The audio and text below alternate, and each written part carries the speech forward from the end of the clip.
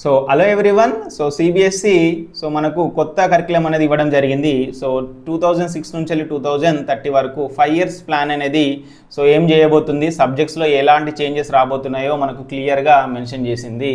So అందులో మనకు first వచ్చేసి లాంగ్వేజ్ చేంజ్. సో ఇప్పటి వరకు మనకు 2 లాంగ్వేజెస్ ఉండేది. ఒకటేమో ఇండియన్ లాంగ్వేజ్, ఇంకొకటేమో ఫారెన్ లాంగ్వేజ్ ఉండేది.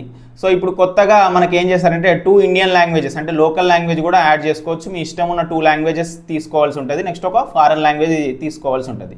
సో అది ఏంటిదంటే డీటెయిలింగ్గా ఎవరికి అప్లికబుల్ అవుతుంది, అది 6th క్లాస్ వాళ్ళకి అప్లికబుల్ అవుతుందా, లేకపోతే ఇప్పుడు 7th ఉన్న వాళ్ళకి అప్లికబుల్ అవుతుందా, 8th ఉన్న వాళ్ళకి అప్లికబుల్ అవుతుందో కూడా క్లియర్గా చూద్దాము.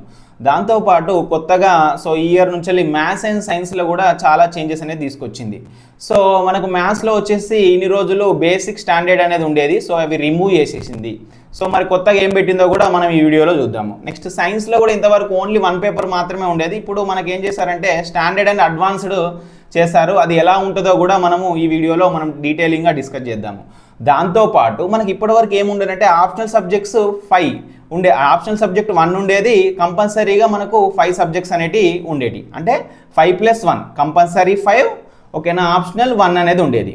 కానీ ఇప్పుడు చాలా చేంజెస్, అంటే 2031 వరకు మనకు ఎన్ని సబ్జెక్ట్స్ యాడ్ అవుతాయి అంటే 7 సబ్జెక్ట్ కంపల్సరీగా ఉంటాయి, 1 ఆప్షనల్ సబ్జెక్ట్ అనేది తీసుకోవాల్సి ఉంటుంది. అంటే అప్పుడు 8 సబ్జెక్ట్స్ తీసుకోవాల్సి ఉంటుంది.